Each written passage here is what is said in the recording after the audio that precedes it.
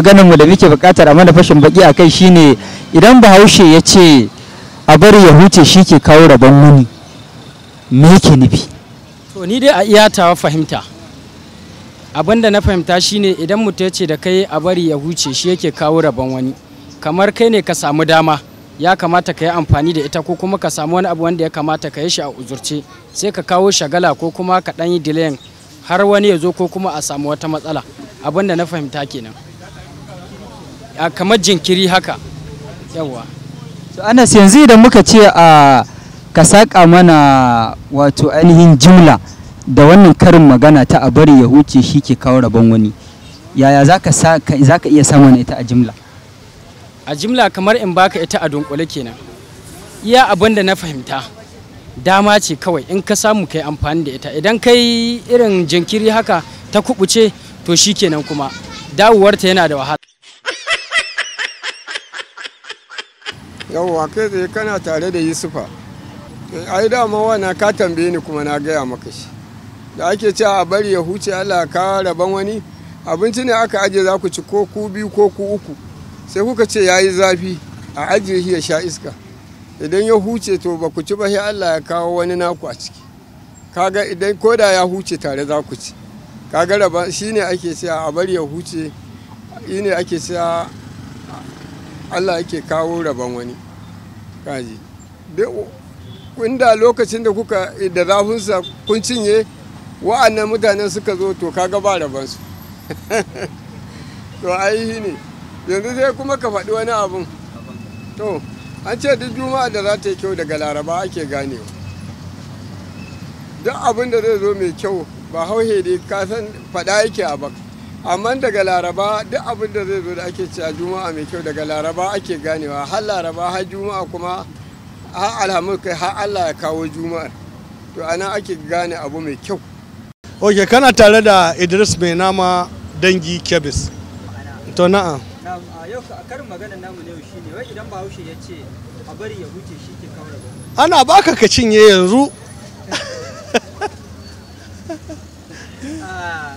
Gwari-gwari a kenan. Gwari-gwari abin dalla-dalla kenan.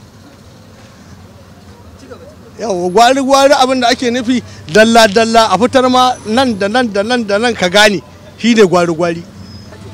Tun daga laraba ake gane ya. Ai na. Ni ne Bashir Sa'id amma da tuku aka fi sani na a zuru ɗin. A bari ya huce shi ke kawo da rabon wani ko? Yawwa ina gani wannan kamar misali zan kawo muku wanda zai zamto hakan ne. Kamar misali ni ne na siyo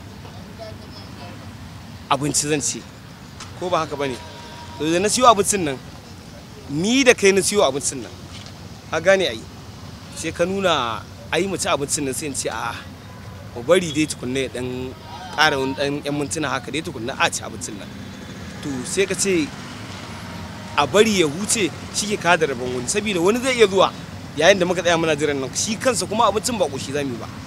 To kaga idan muka rufa wa abincin nan muka cinye mu biyu, ina gani wani ba zai samu wani rabu ba ko ba gaskiya ba, sakamakon mun tsaya mun ajiye mun cin abincin nan har wani ya zo ko in ce wasu ma sun zo. Dole kai kara ta a matsayinka na musulmi ko kuma a matsayinka na dan adam ka ce kawai bismillah mu, in kuma mutanen ba masu ganewa bane ba zai kusa da ku ba, haka za a rufa a ci su kai wa koshi ba su ma ba su koshi ba. To ina ganin wannan ita ce amsar a bari ya huce shi ke kada da wani. Kuna tare da Ahmad Hassan amma an fi sani na da dan Fulani. Idan Bahaushe ya ce ban san ana hararata ba sai ido ya faɗi. Abin da yake nufi bai damu ma da mai kallonsa ba, kawai yana sabgar gabansa ne. Shine kaka damu da wani abin da mutum yake yi, kawai ka yi abin da yake gabanka, kawai shine rayuwa. Ba wai ka tsaya kana kullacin dan uwanka kana hararansa ba, wanda kuma bai wannan ba bai damu da mutum ba, babu ruwansa zai yi rayuwarsa normal, ba ruwansa da kowa. Shi a rayuwa kana matsayin musulmi ka kullaci dan adam duk yanda yake to idan ba kullaci me ya kawo ka harari mutum? Ai sai da biyu za ka harari mutum. Wannan abin da bahaushe yake nufi kawai, abin da yake nufi duk wani wanda ya harari mutum to kawai da biyu shine abin da yake ba wani abu. Wa alaikum salam, kai je kuna tare da Nasar Abdulkadir Gambo. Yau muna cikin shirin namu gane da habaici irin na bahaushe. Madalla. Idan bahaushe ya ce ban san ana hararata ba sai ido ya faɗi. Na'am. Wace fasara ne? Ban san ana hararata ba sai ido ya faɗi. To wannan fasaranta ya ɗan yi nisa, amma a fahimta ta abin da ke kaiwa ya kawo, abin da dai na fahimta kenan gaskiya, abin da yake kaiwa ya kawo ko da yaushe, wannan shine fahimta ta. Yanzu idan muka ce a saka mana jumla wannan habaici na san ana hararata ba sai ido ya faɗi. Na'am. Kamar yaya za a iya saka mana jimla haka ta san ma guda ɗaya haka? Ban san ana hararata ba sai ido ya faɗi. Kamar mutumin da alam misali duk maganan da zan muku ne bisa ga abin da na fahimta. Yawwa a saka na jimla kamar yadda ka yi bayani, kamar mai laifi dai kawai a takaice. Kuna magana da Jamila Haruna Darmanawa. To kuma masha Allah, to ai wannan habaici ne ai ya haɗu da ɗan Bahaushe, ma'ana kamar misali ni da kai in mun samu saɓani, kai ka san mun samu saɓani da kai, ni ma na san mun samu saɓani, amma mutanen da muke cikin su ba su san mun samu saɓani ba. To kullum ka zo kai mai yiwa ka rika hararata, ko ka kalle ni kai tsaki, ko kai shagube ka zare min ido, to ni zan iya cewa ban san kana hararata ba sai ido ya faɗi, saboda bi ma'ana na san mun samu saɓani da kai, kai ma kuma ka san mun samu saɓani da kai. Ya zo a cikin magana to kamar ai shine nake gama yanzu, kamar misali muna shira ko muna tafi ko wani abin ya faru, ai wani zai iya daka ma harara, zan iya cewa to ai ni ban san kana hararata ba sai ido ya faɗi, bi ma'ana na san na ɓata ma rai a baya, maimakon ka kwantar da kai ka cewa na ɓata ma rai kai ni kuma in baka haƙuri, ko ni ka ɓata ni in ce ya haƙuri, to kawai sai ya rika daka ma harara. Ina ganin kamar na ɗau girman kai na ɗora kaina in ce ma ka mun laifi kamar na faɗo, ko kuma kai ka ce na ma laifi kamar kai ka faɗo. A tunani na kamar haka yake kasancewa, shi yasa Bahaushe yake amfani da wannan kalmar ban san ana hararata ba har sai ido ya faɗo. Sunana Imrana Abdullahi. Abin da yake nufi idan ban san ana hararana ba sai ido ya faɗi, kamar ku samu matsala da mutum, shi ya ta sukanka a kan wasu abubuwa, kai kuma ka nuna ko a jikinka. Abin da yake nufi kenan, baka san ana hararanka ba sai ido ya faɗi, ko a jikinka kenan.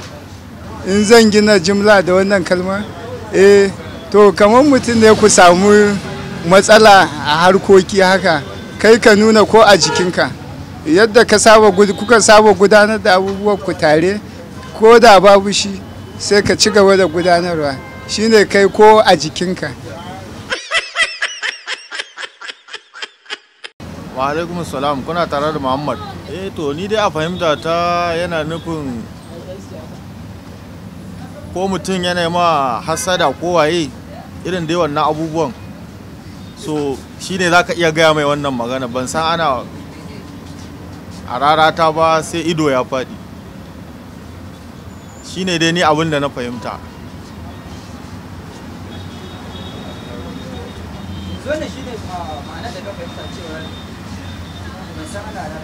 In dai mutum ya nema hasada, kuma kai ba wannan baka ma san yanayi ba, to shine ma'anar ni da na dauka. Wa alaikum salam, sunana Nasir Abdulhamid, wasu na ce min injiniya, wasu na ce min nas. Ban san ana hararata ba su ido ya faɗi. ai daga jin shi statement din ma ka san me ake nufi. Kamar kai baka ma ana ba, wani ya damu da kai can, ko maybe wani ya gina ma ramin mugunta ya daɗe ma da shirya, to kai baka ma sani ba, maybe sai da ya fada ciki sai ma asirin sai ya tono ko na, amma kai yana ma baka ma sai yana yi ba. So damuwarsa ce can, shine lissafin a nawa fassara kenan gaskiya. To ai ka san tunda habaici ne amma yana kamar ansa ne, ka sani za ka iya zuwa maybe kana zaman ka, wani yana can yana shirya ma sada a ce ma maybe a wajen kasuwancin ka wani yana can yana ma zagon kasa yana ta bata ma suna a gari, to kai ba wani effect ɗinsa, azin ba wani illa da yake ma, kana tarkokin ka kamar yau da gobe, sai ka ji labarai ka kai yi wansan yana harata bai sai ido a faɗi, shine kawai abin da ke gani.